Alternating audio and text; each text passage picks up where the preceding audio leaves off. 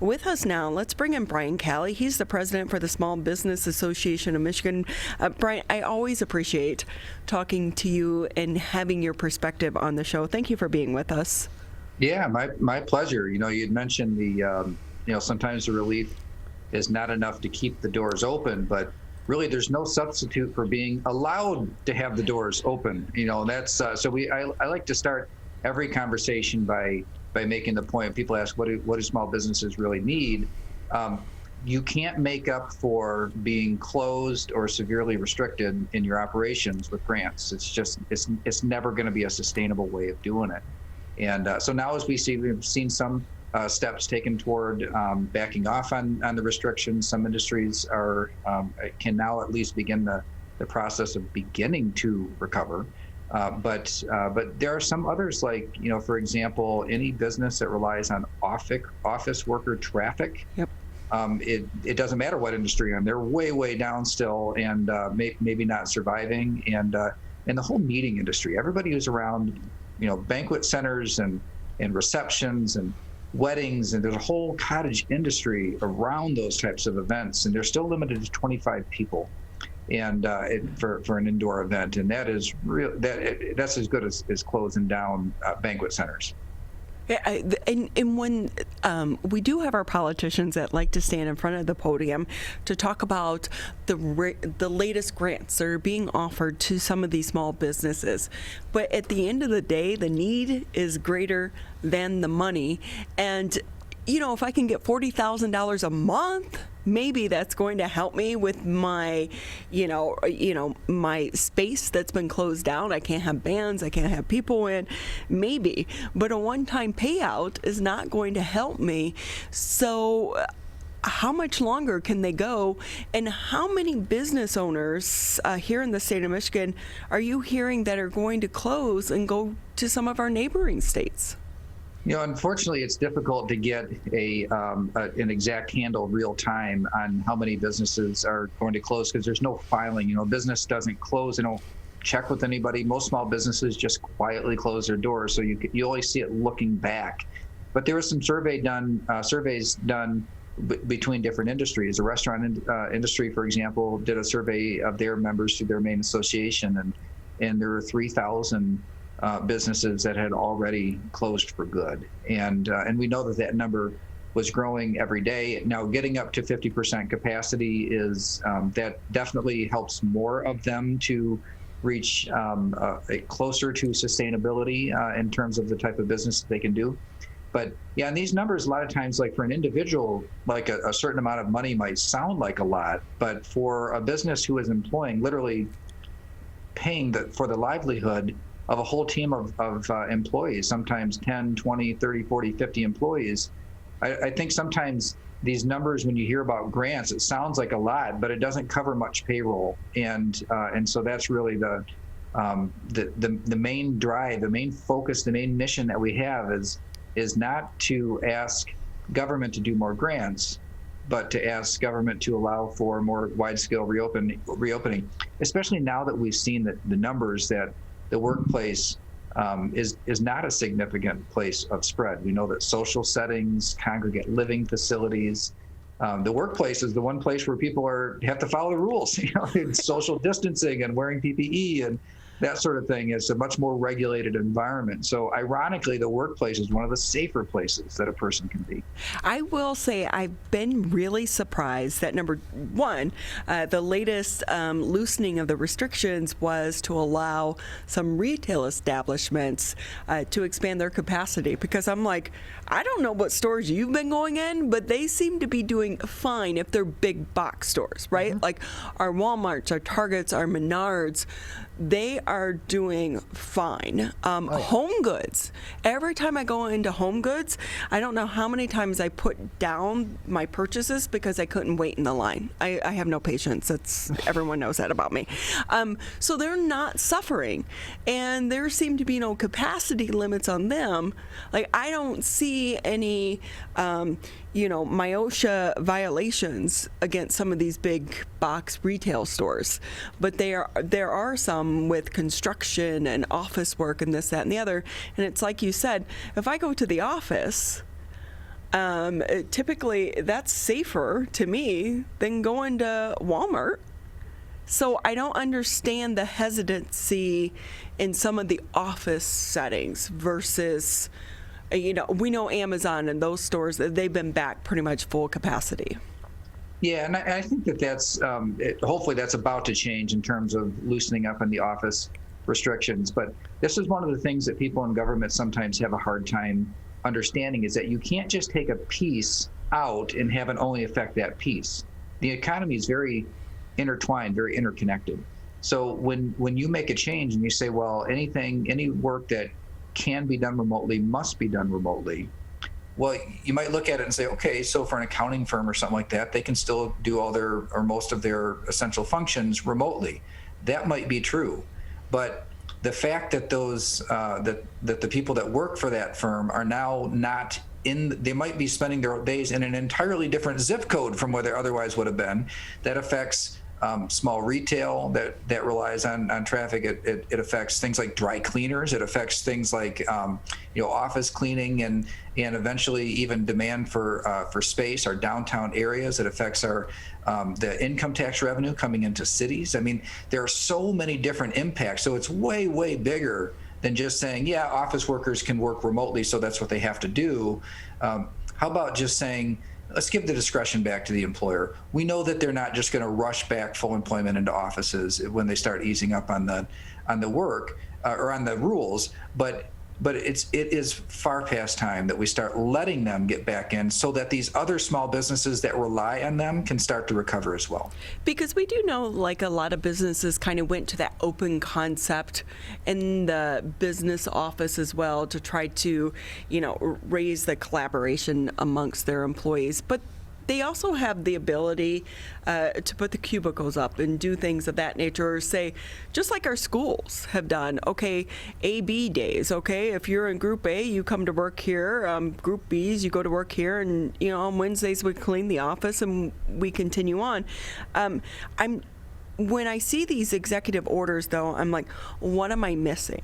Because I'm not the smartest person. I admit it. I'm just a regular person. And I'm like, what am I missing in the executive powers? Why are they making the decisions that they're making if we're allowing casinos to open, and the huge push to get kids back in schools? So what is it about the office environment am I missing that is driving these decisions? Sure. Like, why is it being singled out? I think that's a very fair question. And I think it is this fundamental misunderstanding that you can, because a lot of office work can be done remotely, the idea is that it's not really hurting them, so you might as well keep them, set aside for the longest.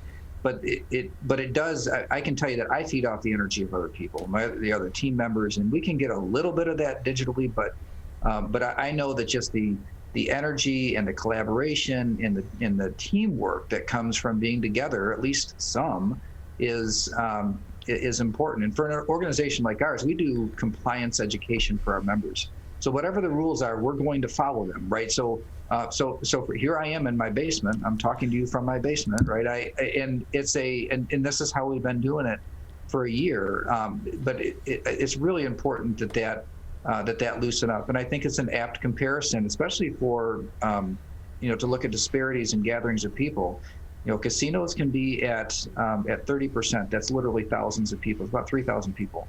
But if somebody wanted to hold an event in Cobo Hall, then it's limited to 25 people. It's literally limited to 25 people. I'm telling you, and I know you were an elected leader once, so I'm going to say this with a little bit of grace. Do they take a no common sense pill when they get elected and they walk beyond those doors? No, look, I will say I was a federal government employee, and there were days I was scratching my head. I was like, this can't be this hard. Government makes you jump through so many hoops, and I'm like, well, you're just going to make me, I was like, every day I had to be creative to get what I wanted because they made the job so hard. So what is it about the people that are elected? Like, is anyone sitting down with them to explain, hey, you put this rule in place, but you did this and you really look stupid. We have a very risk adverse environment in the way that this has been managed along. When I try to predict for our members, when will restaurants get up to 50% capacity? The answer is after at least 45. There's data behind this. I mean, I paid really close attention to these things. Only after at least 45 other states have already done it. At that point, if almost everybody in the country has done it, then Michigan will do it. And so it's this idea of having an extremely risk adverse, wait till everybody else moves, see how all that goes, and then once you determine that, then go ahead and move. And with office, because the CDC guidance they haven't gotten around to changing that in a really long time. I think that's been one of the things. And here's the other thing too is, I hate to say it, but it's starting to get ignored a lot. I mean, offices are going back. MIOSHA does not have the type of staff that can regulate that. They're not really set up to look at offices anyway. It's mostly construction and manufacturing traditionally have been the workplaces with the dangers that they regulate the most. Now, so the office environment, they're not as well set up for, and even if they tried, they could never get to it all. So the longer they wait, unfortunately, I hate to see non-compliance because there's some risk to the business when they don't comply, but that's what's starting to happen is people are just starting to work their way back into it. Brian Calley with us here on the MegaCast. He is the president for the Small Business Association of Michigan. You are listening to 89.3 WBLD Orchard Lake, 88.1 WBFH Bloomfield Hills. With that, there has been some confusion in some of these orders when it comes from various agencies, MIOSHA versus the health department. So it can make for a lot of gray area for some of these business owners that really want to do the right thing as well. It can. And here's the thing is that most small business owners really do just want to know what are the rules, and I'll follow them. Make it possible and sustainable for me to follow these rules, and I will do it. And you can see that actually, and maybe if I could put a shout out to that, I think by and large that MIOSHA has actually done a pretty good job of focusing more on education and compliance and helping businesses to comply instead of just throwing the book at everybody. They've done thousands of follow-ups on complaints and inspections, and I think they've done about 100 fines. So overall, I think that they're taking an approach, a compliance-based approach. I would want to point that out. I think where the confusion comes in is that the Department of Health and Human Services and then public health agencies have one kind of mindset and one set of rules and expectations, and they don't always match up with the workplace safety rules that are a completely different Department of State government.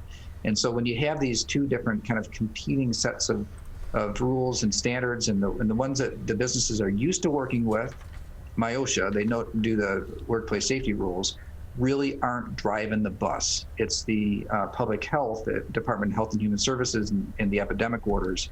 They're the ones that are really calling the shots. So I think that's created some friction inside government, and it's made it so that its compliance is harder because of it. We've even seen that from a public standpoint, where you will see MIOSHA will list the businesses and the amount of the fines, whereas your local health departments won't. And even if you FOIA that information, it can be hard to get. And so we're even seeing a difference in those two entities from a public standpoint as well. We don't want to always leave on a down note. There are some good things happening. Capacity limits are opening a little bit, but also some new grants are being offered. And we had the president yesterday sign the $1 trillion relief bill. What is that going to mean, the bottom line, for small businesses here in the state of Michigan? Well, in terms of the most recent stimulus bill that the president just signed, it doesn't have a lot of business-specific support in it. The previous one did, though. Mm-hmm. So Draw 2 for Paycheck Protection Program has been well underway. The Biden administration did change the rules to make for sole proprietors, so one-person operations, to get a more advantageous way of drawing down Paycheck Protection Program dollars. So that was a good change. But there's also about a $28 billion restaurant grant program inside that package, but it's words in a bill right now. It has to be turned into some kind of a program by the United States Small Business Administration. That's not us. We're the association, Small Business Association. But the U.S. Small Business Administration will need to turn that into a program.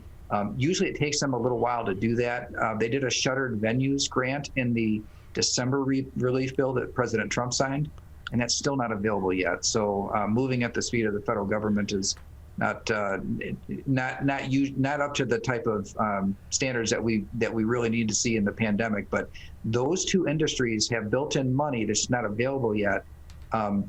Performance venues and restaurants, and so hopefully that'll come to bear very soon. Fingers crossed. And with that, before we say goodbye, I have to bring up, what did you think about the billboard in Indiana announcing Governor Whitmer as their business leader of the year? Yeah, we did check. It said from the Indiana Chamber of Commerce. It actually was not the Indiana Chamber of Commerce. That somebody else was just having some fun with that. But, I think that we do have to really concentrate and keep our eye on competitiveness with our neighbors. These are other industrial states that have highly trained, highly skilled industrial employees, and so when we're competing for these areas that are so intertwined, that we have to pay very, very close attention to when we can get out of step with especially our neighbors. We have to compete with the whole world, but here in the Midwest, I think that it would be easy to lose to Ohio, to lose to Indiana, and to other places. So I think that was kind of a shot across the bow, and one that we ought to pay. We ought to heed. But we do know, we're close to the border here in Metro Detroit, and I can say, my family lives in Ohio. We've been going across the border. I'm working on my mom's house, and every time I go across, I'm like, let me get my hair done, let me get my nails done, and I'm going to eat in a restaurant. I'm not going to order out. I'm sitting down at a restaurant because I could. So it's little things, but those dollars add up. It sure does, yeah, and we did hear a lot about that. I think that in basically Toledo, service businesses in Toledo have had a lot of extra business specifically from Michiganders. So we know that we've been saying over and over, support local. We know to support local because these businesses make up the uniqueness of our communities, and it's sad to say every time I go out, I see more and more empty storefronts. But what can people do if on a bigger platform? Should they be writing their elected leaders? Yeah, I think that when elected leaders hear from people they don't normally hear from, that it makes a bigger impact. So I'll just give you an example. You notice that almost overnight, high school sports came back.